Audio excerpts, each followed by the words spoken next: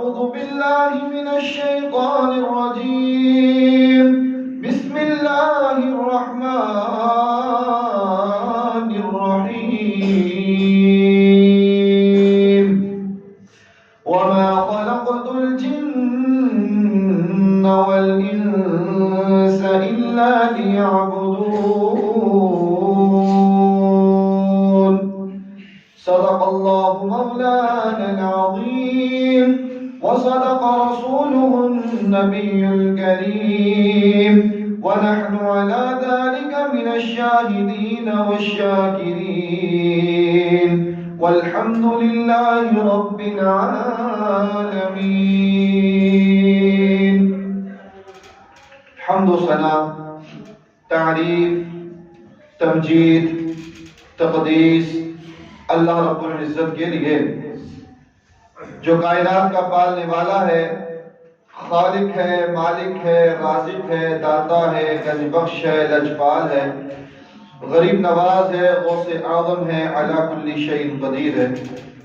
درود و سلام آقا دو جہاں، امام الانبیاء، خطیب الانبیاء، امام اعظم، پیر اعظم، مرشد اعظم، رہبر اعظم، امام کائنات، نبی التوبہ، نبی الرحمہ، بشیر، نذیر، سراج منیر صلی اللہ علیہ وسلم کی ذات اقدس پر ہوں. باری تعالیٰ سے دعا ہے کہ اللہ ہمارا یہاں پر آنا، بیٹھنا، سننا، سنانا اللہ تعالیٰ اپنی بارگاہ کے اندر منظور و مقبول فرمائے اور ہم سب کا ذریعہ نجات کا سبب بنے. اللہ ہم سب کو بار بار اپنے گھر کی زیارت نصیب فرمائے. آج کے اس خطبہ جمعہ میں آپ احباب کے سامنے صرف ایک حدیث کو بیان کرنا ہے. آپ احباب اکثر سنتے رہتے ہیں، بعض احباب کو معلوم بھی ہے کہ احادیث کو بیان کرنے والے راوی، صحابی، احادیث کو سننے والے پیغمبر علیہ السلام کے جانثار صحابہ میں سے سب سے زیادہ احادیث جنہوں نے بیان کی ان کا نام ابو ہریرہ رضی اللہ تعالی عنہ ہے. رسول اللہ صلی اللہ علیہ وسلم کے صحابہ کی تعداد تقریباً 1.25 لاکھ کے قریب تھی، اور ان صحابہ میں سے صرف چند صحابہ ہیں، صرف چند صحابیات ہیں جن سے احادیث مروی ہیں، اور ان کی تعداد تقریباً 200 یا 300 ہے. ان 200-300 صحابہ میں سے چند صحابہ ایسے ہیں جنہوں نے سب سے زیادہ حدیث کو بیان کیا، ان کی تعداد 20 ہے.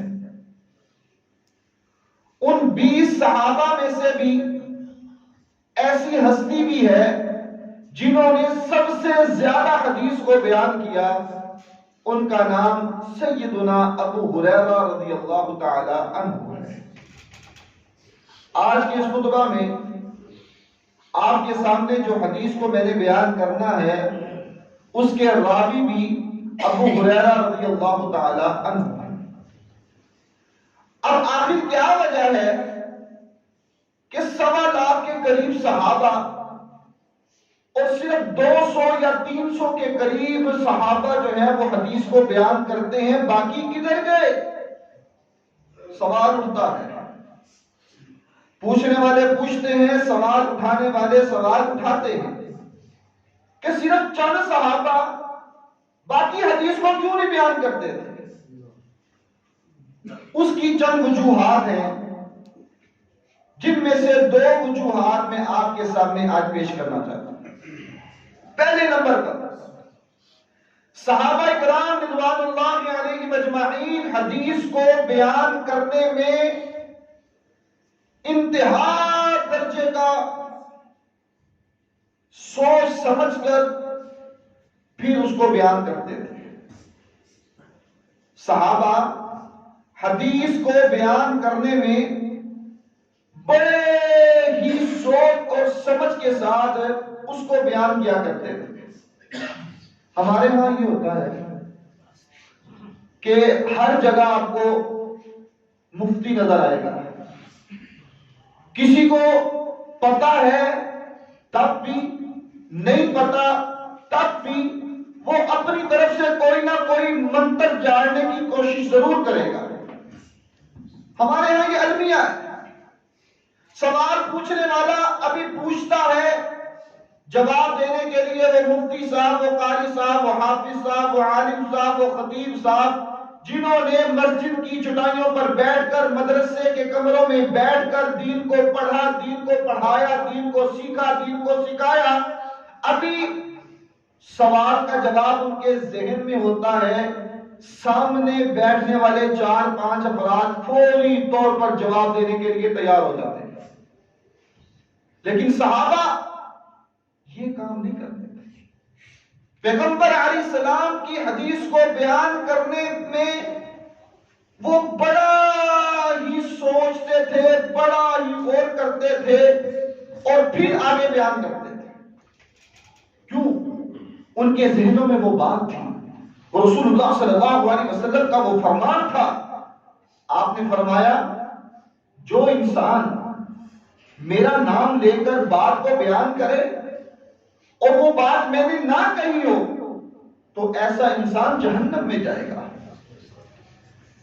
صحابہ سوچتے تھے کہ ہم نے حدیث کی روح سے جواب دینا ہے، ہم نے صحابہ سوچتے تھے کہ ہم نے جواب دینا ہے رسول اللہ صلی اللہ علیہ وسلم کے فرمان کے مطابق، کیونکہ ان کے ذہنوں میں تھا اگر ہم نے وہ بات آپ تک منسوب کر دی، آپ کی طرف لگا دی تو ایسے انسان کا ٹھکانہ جہنم ہے۔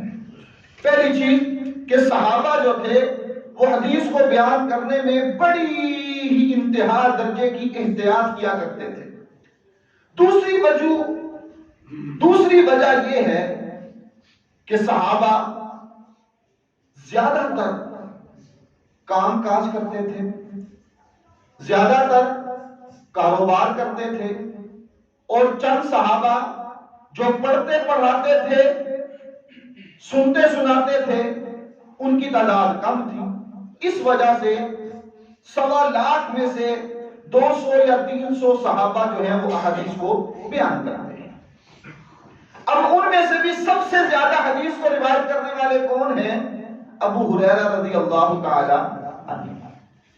بسا اوقات لوگوں کے ذہنوں میں سوال آیا کہ یہ ابو ہریرہ رضی اللہ تعالی عنہ جو ہیں یہ آپ صلی اللہ علیہ وسلم کی احادیث کو بہت بیان کرتے ہیں۔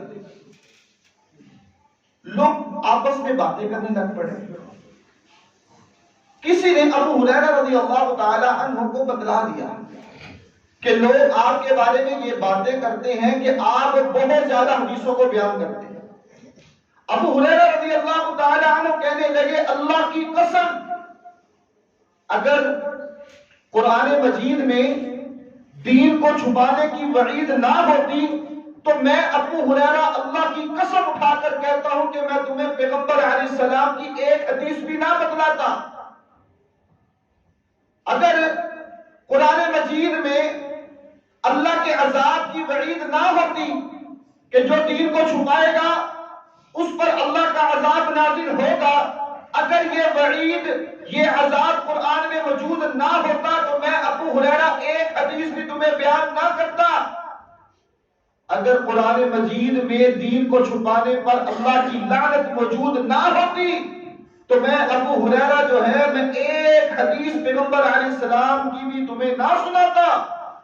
میں تو ڈرتا ہوں اللہ کے عذاب سے، میں تو ڈرتا ہوں اللہ کی لعنت سے، اور یہ سلسلہ میں سناتا رہوں گا، میں حدیث بیان کرتا رہوں گا۔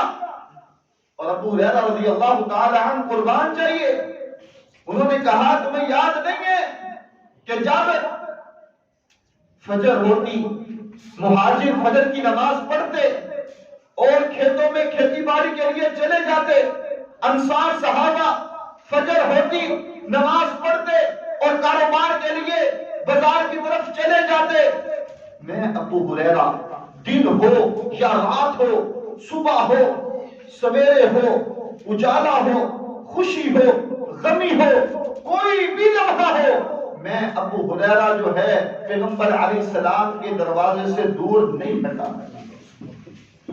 ابو ہریرہ پیغمبر علیہ السلام کے دروازے سے دور نہیں ہٹے۔ رسول اللہ صلی اللہ علیہ وسلم پر نبوت کب نازل ہوئی؟ 40 سال کی عمر میں، سب کو علم ہے۔ 63 سالہ زندگی، 23 سال آپ نے دعوت و تبلیغ کا کام کیا، 13 سال آپ مکہ میں رہے، 10 سال آپ مدینہ میں رہے، اب 10 سالہ آپ کا مدینے کا دور ہے۔ ابو ہریرہ رضی اللہ تعالی عنہ سن 6 ہجری میں مسلمان ہوئے، سن 6 ہجری میں۔ اب پیچھے کتنا ٹائم رہ گیا؟ 4 سال یا 4.5 سال۔ پیغمبر علیہ السلام مسجد نبوی میں جب دعوت و تبلیغ کا کام کر رہے تھے، مدینے میں آپ 10 سال زندہ رہے، تو 6 سال گزرنے والے تھے کہ ابو ہریرہ مسلمان ہوئے۔ پیغمبر علیہ السلام کی زندگی کے باقی کتنا ٹائم رہ گیا؟ 4 سال یا 4.5 سال۔ ابو ہریرہ فرماتے ہیں کہ دن ہو یا رات ہو، خوشی ہو یا غمی ہو، اندھیرا ہو یا اجالا ہو، بیماری ہو یا تندرستی ہو، میں نے کبھی بازار کا منہ نہیں دیکھا۔ جب کا میں کلمہ پڑھ چکا ہوں، جب سے میں نے اسلام قبول کیا ہے، میں ابو ہریرہ نبی علیہ السلام کے دروازے سے دور نہیں ہٹا۔ ابو ہریرہ رضی اللہ تعالی عنہ نے حدیثوں کو سنا، حدیثوں کو یاد کیا۔ ایک دفعہ بیان کرتے ہیں کہ میں اللہ کے نبی صلی اللہ علیہ وسلم کے پاس آیا، میں نے کہا انی اسمع حدیثا کثیرا، یا رسول اللہ صلی اللہ علیہ وسلم میں آپ سے بہت زیادہ حدیثوں کو سنتا ہوں، بہت زیادہ، ان میں سے اکثر حدیثوں کو میں بھول جاتا ہوں۔ یا رسول اللہ صلی اللہ علیہ وسلم اس کا مجھے کوئی حل بتلائیں کہ میں حدیثوں کو نہ بھولا کروں۔ اللہ کے نبی صلی اللہ علیہ وسلم نے فرمایا ابو ہریرہ تمہارے کندھے کے اوپر جو چادر ہے نا، اس کو زمین پر بچھا دو۔ ابو ہریرہ کہنے لگے کہ میں نے اس چادر کو زمین پر بچھا دیا۔ اب پیغمبر علیہ السلام نے اپنے دونوں ہاتھوں کو آگے کیا اور ایسے ہوا کو اپنے ہاتھوں میں بند کیا اور چادر کی طرف ڈال دیا۔ ظاہری طور پر تو کچھ نہیں تھا، نظر تو کچھ نہیں آ رہا تھا، ایسے محسوس ہو رہا تھا جیسے پیغمبر علیہ السلام نے ہاتھوں کو لہرایا اور ہوا کو ہاتھوں میں بند کیا اور اس کو چادر کے اندر ڈال دیا۔ 3 مرتبہ آپ نے یہ عمل کیا۔ ابو ہریرہ اب اس چادر کو تم اپنے سینے کے ساتھ لگا لو۔ ابو ہریرہ نے اس چادر کو اپنے سینے کے ساتھ لگا لیا۔ فما نسیت شیئا بعدہ ابدا، کہتے ہیں کہ کعبہ کے رب کی قسم پیغمبر علیہ السلام کی احادیث میرے دماغ اور دل میں ایسے نقش ہو جاتی تھی کہ اس کے بعد ابو ہریرہ کبھی حدیث کو بھولے ہی نہیں۔ اس کے بعد ابو ہریرہ رضی اللہ تعالی عنہ حدیث کو بھولے ہی نہیں۔ بیان کرتے ہیں، روایت کرتے ہیں کہ ایک مرتبہ صحابہ بیٹھے ہوئے تھے، اللہ کے نبی صلی اللہ علیہ وسلم موجود تھے۔ پیغمبر علیہ السلام کہنے لگے اے میرے صحابہ، میں تمہیں آج ایک بات بتلانے والا ہوں، تم میں سے کون ایسا انسان ہے جو اس بات کو سنے اور اس کو یاد کرے، اس پر عمل کرے اور آگے لوگوں تک پہنچا دے۔ پیغمبر علیہ السلام نے اعلان کیا، صحابہ موجود تھے۔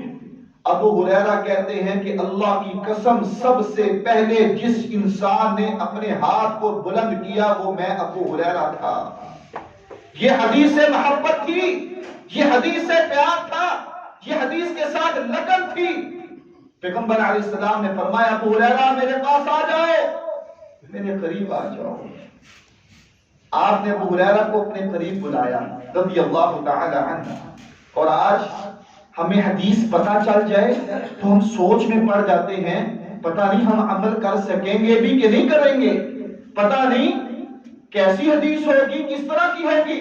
لیکن قربان جائیے صحابہ پر، ان کے ایمان پر، ان کے جذبات پر، ان کی عقیدت پر، ان کے احترام پر، کہ جب انہوں نے سنا کون ہے جو میری بات کو سنے گا، میری بات پر عمل کرے گا، میری بات کو یاد کرے گا، میری بات کو آگے پہنچائے گا، یا رسول اللہ صلی اللہ علیہ وسلم میں ابو ہریرہ آپ کی بات کو سنوں گا بھی، آپ کی بات کو یاد کروں گا بھی، آپ کی بات کو حفظ کروں گا بھی، آپ کی بات پر عمل کروں گا بھی، آپ کی بات کو لوگوں تک پہنچاؤں گا بھی۔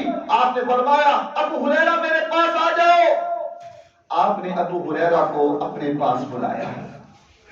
پیغمبر علیہ السلام نے ابو ہریرہ رضی اللہ تعالی عنہ کا ہاتھ پکڑا اور ایک ایک کر کے ان کی ایک ایک انگلی کو کھولنا شروع کیا۔ ایک انگلی کھولی اور ایک بات بتلائی، دوسری کھولی دوسری بتلائی، تیسری کھولی تیسری بتلائی، چوتھی کھولی چوتھی بتلائی، پانچویں کھولی پانچویں بتلائی۔ 5 باتیں آپ صلی اللہ علیہ وسلم نے ابو ہریرہ رضی اللہ تعالی عنہ کو بتلائی۔ وہ 5 باتیں آج کے اس خطبے میں نے آپ کے سامنے بیان کری۔ پہلی بات، پیغمبر علیہ السلام نے فرمایا اتق الناس اتق المحارم تکن اعبد الناس۔ ابو ہریرہ اتق المحارم تکن اعبد الناس، اے ابو ہریرہ حرام چیزوں سے بچ جا، تو دنیا میں سب سے بڑا عابد عبادت والا بن جائے گا۔ ابو ہریرہ حرام چیزوں سے بچ جا، تو دنیا میں سب سے بڑا عابد عبادت والا بن جائے گا۔ عبادت کیا ہے؟ ہماری زندگی کا مقصد کیا ہے؟ وَمَا خَلَقْتُ الْجِنَّ وَالْإِنسَ إِلَّا لِيَعْبُدُونَ۔ میرا رب کہتا ہے کہ میں نے جن اور انسانوں کو صرف اپنی عبادت کے لیے پیدا کیا۔ اب عبادت کیا ہے؟ آج ہمارے دل و دماغ میں صرف یہ بات بیٹھ چکی ہے کہ صرف نماز پڑھنا، روزہ رکھنا، زکوٰۃ ادا کرنا، حج کرنا، صرف یہی عبادت ہے۔ یہ عبادت کا ایک حصہ ہے۔ اللہ کے بندو، یہ عبادت کا ایک حصہ ہے۔ عبادت کے 2 حصے ہیں۔ عبادت کے 2 حصے ہیں۔ ایک حصہ یہ ہے کہ شریعت جس کا حکم دے اس کو کرو اور جس سے روکے اس سے رک جاؤ، یہ عبادت ہے۔ جب یہ چیز تمہارے اندر آئے گی، اتق المحارم تکن اعبد الناس، جس چیز سے شریعت روکے اس سے رک جاؤ، جس کا حکم دے اس کو کرو، پھر تم دنیا کے سب سے بڑے عابد بندے بن جاؤ گے، عبادت گزار بندے بن جاؤ گے۔ آج ہم نماز بھی پڑھتے ہیں اور خیانت بھی کر رہے ہیں۔ نماز بھی پڑھ رہا ہے، چوری بھی کر رہا ہے، نماز بھی پڑھ رہا ہے، فراڈ بھی کر رہا ہے، نماز بھی پڑھ رہا ہے، ڈاکہ بھی ڈال رہا ہے، نماز بھی پڑھ رہا ہے اور شریعت کی مخالفت بھی کر رہا ہے، اور کہتا ہے کہ میں عبادت گزار ہوں، میں بڑا عابد ہوں، میں بڑا نیک بندہ ہوں، میں بڑا متقی ہوں۔ نہیں نہیں، بلکہ عبادت گزار وہ ہے، عابد وہ ہے جو نیک اعمال بھی کرے اور حرام چیزوں سے بھی بچے۔ نماز پڑھ رہے ہو اور غلط کام کر رہے ہو، اس کو چھوڑنا ہوگا۔ نماز بھی پڑھ رہا ہے، دھوکہ دے رہا ہے، اس کو چھوڑنا ہوگا۔ نماز بھی پڑھ رہا ہے اور نشہ بھی کر رہا ہے، اس کو چھوڑنا ہوگا۔ نماز بھی پڑھ رہا ہے اور تمہاری شلوار ٹخنوں سے نیچے ہے، اس کو بھی اٹھانا ہوگا۔ اتق المحارم تکن اعبد الناس، صرف نماز، روزہ، زکوٰۃ، حج یہ کافی نہیں ہے۔ آج نماز بھی پڑھ رہا ہے، روزے بھی رکھ رہا ہے، زکوٰۃ بھی دے رہا ہے اور شریعت کی کھلم کھلا مخالفت بھی کر رہا ہے۔ نہیں، اگر چاہتے ہو کہ دنیا میں سب سے بڑے عبادت گزار بننا چاہتے ہو تو پھر تمہیں حرام چیزوں سے اپنے آپ کو محفوظ رکھنا ہوگا۔ یہ ایک ایسا فلسفہ ہے، یہ ایک ایسی بات ہے کہ اگر انسان حرام چیزوں سے بچ جائے تو اللہ نیکی کی محبت اس کے اندر ڈال دیتا ہے۔ اگر انسان حرام کو اپنے آپ سے دور کر دے، اللہ کی محبت اس کے اندر پیدا ہو جاتی ہے، نیکی کے ساتھ اس کا لگاؤ ہو جاتا ہے، نماز میں اس کا دل لگنے لگ جاتا ہے، قرآن پڑھنے کے لیے اس کا دل کرتا ہے، نیک اعمال کرنے کے لیے اس کا دل کرتا ہے۔ لیکن شرط کیا ہے؟ اتق المحارم تکن اعبد الناس۔ آج ہم مسجد میں تو آتے ہیں، آج ہم نماز تو پڑھتے ہیں، آج ہم عبادت کا ایک حصہ پورا کرنے کی کوشش تو کرتے ہیں، لیکن اکثریت جو ہے عبادت کے دوسرے حصے سے غافل ہو چکی ہے، عبادت کے دوسرے حصے کو اس نے چھوڑ دیا۔ اگر نماز بھی پڑھ رہے ہو چوری بھی ہو رہی ہے، نماز بھی پڑھ رہے ہو ماپ تول میں کمی بھی ہو رہی ہے، اگر نماز پڑھ رہے ہو تو سود بھی کھا رہے ہو، اگر نماز پڑھ رہے ہو اور لوگوں کا حق بھی غصب کر رہے ہو، تو میرے بھائیوں سن لو، وہ انسان عابد نہیں ہے، عبادت گزار نہیں ہے۔ اتق المحارم تکن اعبد الناس۔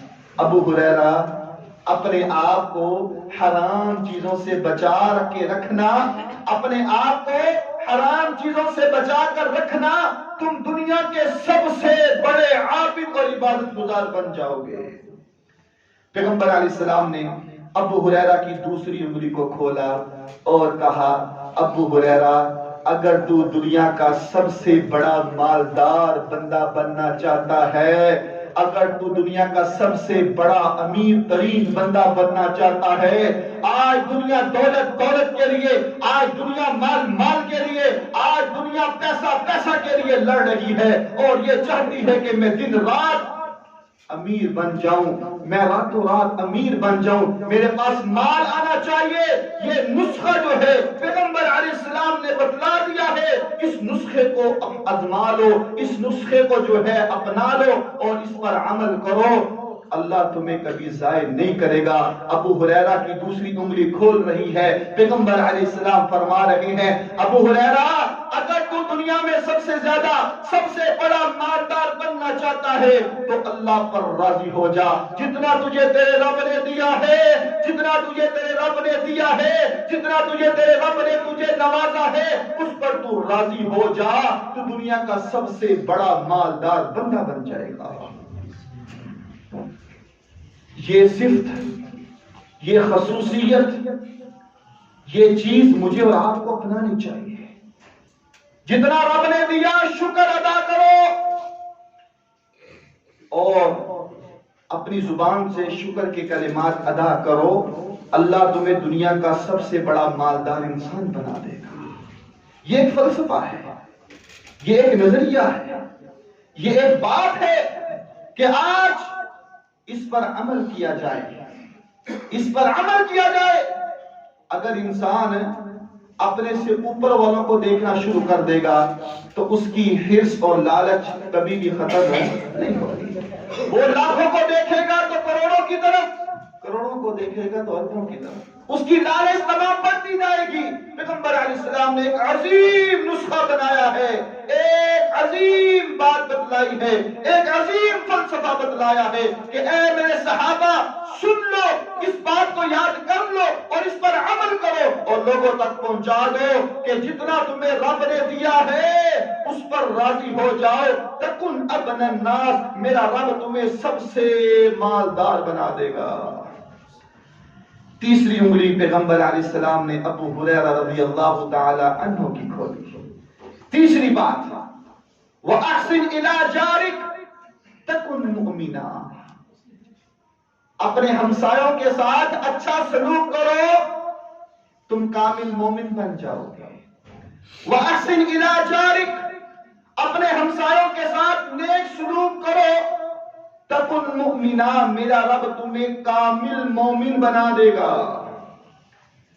یہ ہمسایوں کے ساتھ اچھا سلوک رکھنا آج ہمارے معاشرے میں اس چیز کا فقدان ہے۔ ہمسایوں کے ساتھ اچھا سلوک رکھنا یہ بہت مشکل ہو چکا ہے۔ آج ہم صرف اپنا دیکھ رہے ہیں، اپنے گھر کے تھڑا جو ہے اس کو جتنا مرضی بڑھا لیں، ہمارا ہمسایہ تنگ ہوتا ہے تو ہو جائے، ہمیں کوئی پرواہ نہیں ہے۔ ہماری چھت کا پانی جو ہے ہم نے اس کے گھر کے دروازے کے سامنے کر دیا ہے، ہمیں احساس نہیں ہے۔ ہمارے گھر کا کوڑا ہم اس کو اکٹھا کر کے اس کے گھر کے سامنے رکھ دیتے ہیں، ہم احساس نہیں کرتے، ہمیں پرواہ نہیں ہے۔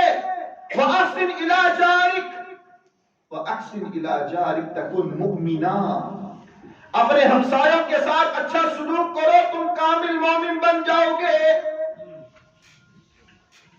رسول اللہ صلی اللہ علیہ وسلم کی حدیث کو ہمیں اپنے ذہنوں میں بٹھانا چاہیے کہ آپ نے فرمایا کہ جو انسان جس کی زبان سے اس کے ہمسائے تنگ ہیں، جس کی زبان سے اس کے ہمسائے تنگ ہیں، جس کے کردار سے، جس کے بول سے، جس کی گفتگو سے، جس کے کلمے سے، جس کے حرف سے اس کے ہمسائے تنگ ہیں، میرا اللہ ایسے انسان کو جہنم میں پھینکے گا۔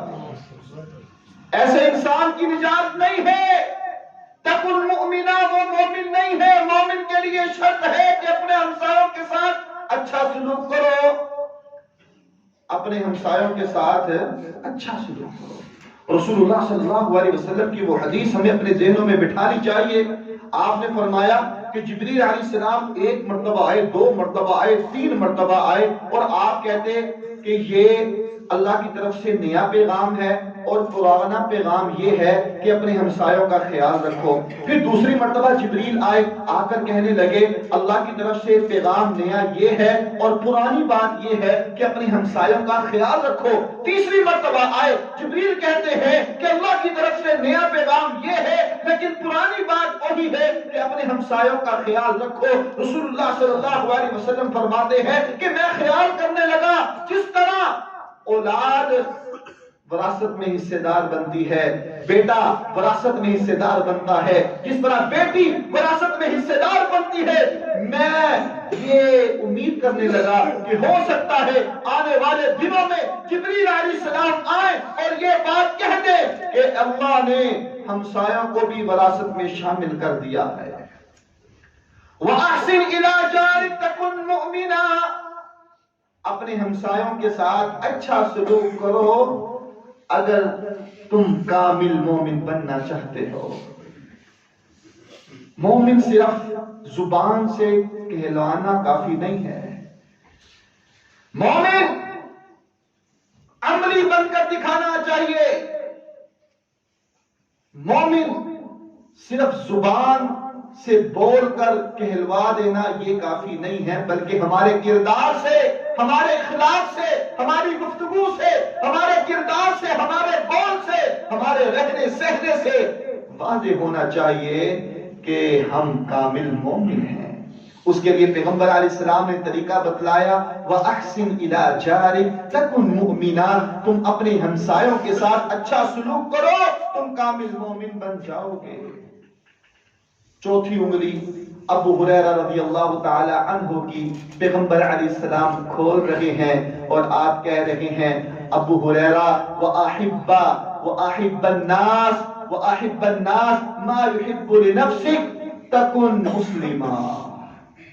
آپ نے فرمایا ابو ہریرہ تم وہ چیز پسند کرو اپنے لیے جو چیز تم دوسرے کے لیے پسند کر سکتے ہو۔ کیا معنی؟ جو چیز تمہیں پسند ہے تم دوسروں کے لیے بھی وہی پسند کرو۔ تکن مسلمہ، تم کامل مسلم بن جاؤ گے، کامل مسلمان بن جاؤ گے۔ ابو ہریرہ اگر تم کامل مسلمان بننا چاہتے ہو تو پھر یہ چیز اپنا لو کہ جو چیز تمہیں اپنی ذات کے لیے پسند ہے تم وہی چیز دوسرے کے لیے پسند کرو۔ اگر یہ صرف یہ چیز تمہارے اندر آ گئی، ابو ہریرہ ایسا انسان تکن مسلمہ، وہ پکا مسلمان ہے۔ آج میں نے اور آپ نے اپنا جائزہ لینا ہے۔ ہم کھانے کی ٹیبل پر بیٹھے، ہم جو کھا رہے ہیں کہ ہم وہ دوسروں کے لیے اس کو پسند کرتے ہیں؟ ہم پینے کے لیے جس ٹیبل پر بیٹھتے ہیں کہ ہم وہی پیلانا دوسروں کے لیے پسند کرتے ہیں؟ آج ہم یہ نہیں چاہتے کہ کوئی انسان 2 نمبر چیز پر ایک نمبر کا کارڈ لگا کر وہ ہمیں کوئی سیل کرتے فروخت کرتے، ہم اس کو پسند نہیں کرتے اور وہی کام ہم کریں تو یہ کیسے ممکن ہے؟ ہم نہیں چاہتے کہ کوئی ہمیں 2 نمبر پیسہ دے دے، ہم یہ نہیں چاہتے کہ کوئی 2 نمبر نوٹ ہمیں دے دے اور ہم یہ کام کر رہے ہیں۔ آپ نے فرمایا ابو ہریرہ اگر تم پکے مسلمان بننا چاہتے ہو تو پھر جو تمہیں پسند ہے تم دوسروں کے لیے بھی وہی پسند کرو۔ اگر تم چاہتے ہو کہ تمہیں کوئی گالی نہ دے تو پھر تم دوسروں کو نہ دو۔ اگر تم چاہتے ہو کہ تمہاری غیبت نہ ہو تو پھر تم دوسروں کی غیبت نہ کرو۔ اگر تم چاہتے ہو کہ تمہاری چغلی نہ ہو تو پھر تم دوسروں کی چغلی نہ کرو۔ اگر تم چاہتے ہو کہ تمہارے اوپر ظلم نہ ہو تو پھر دوسرے پر ظلم نہ کرو۔ اگر تم چاہتے ہو کہ تمہارے اوپر بہتان بازی نہ ہو تو پھر تم دوسرے پر بہتان بازی نہ کرو۔ اگر تم چاہتے ہو کہ تم عدل کے ساتھ اس دنیا میں رہو تو پھر تمہیں چاہیے کہ دوسرے کے ساتھ بھی عدل کرو۔ اگر تم فیصلہ کرنے لگے ہو کسی مسلمان کا تو اس انداز کے ساتھ کرو کہ اپنے آپ کو اس کی جگہ پر بیٹھاؤ اور یہ فیصلہ کرو کہ اگر اس کی جگہ میں ہوتا تو کیا کرتا۔ ابو ہریرہ اگر کامل مسلمان بننا چاہتے ہو تو جو تمہیں پسند ہے اس کے لیے بھی وہی پسند کرو۔ تکن مسلمہ، تم مسلمان بن جاؤ گے۔ پیغمبر علیہ السلام کی وہ حدیث آپ نے فرمایا روز قیامت میدان محشر میں آواز آئے گی کہ آج تیرا رب تجھ سے راضی ہے، آج تیرا رب تجھ سے راضی ہے، آج تجھے تیرے رب نے جنت میں داخل کر دینا ہے، آج تیرا رب تجھ سے راضی ہے۔ اس کے اعمال میں کیا ہوگا؟ پیغمبر علیہ السلام نے فرمایا کہ 2 چیزیں ہوں گی، 2 چیزیں ہوں گی، ان دونوں چیزوں کو بنانا میری اور آپ کی ذمہ داری ہے۔ پہلے نمبر پر آپ نے فرمایا کہ وہ انسان جو اللہ اس کے رسول صلی اللہ علیہ وسلم پر ایمان لاتا ہوگا، پہلی چیز۔ اور دوسرے نمبر پر آپ نے فرمایا کہ وہ انسان اس کو میدان محشر جب کوئی کسی کے کام نہیں آئے گا اس وقت آواز آئے گی کہ آج تجھے تیرے رب نے معاف کر دیا، تیرا رب تجھ سے راضی ہو گیا اور آج تیرا رب تجھے جنت میں داخل کرے گا۔ دوسری چیز وہ ہے کہ یہ انسان دنیا میں اپنے لیے جو پسند کرتا تھا دوسروں کے لیے بھی وہی پسند کرتا تھا۔ آج ہم چاہتے ہیں کہ ہماری بیٹی دوسرے گھر میں جا کر سکون سے رہے، تو ہمیں بھی چاہیے نا کہ ہمارے گھروں میں جو دوسروں کی بیٹیاں آئی ہیں ہم ان کے ساتھ بھی وہ اخلاق اپنائیں، ہم ان کے ساتھ بھی وہ سلوک کریں، ہم ان کے ساتھ بھی وہ پیار کریں۔ پھر پیغمبر علیہ السلام نے فرمایا تکن مسلمہ، اس وقت تم کامل مسلمان بن جاؤ گے۔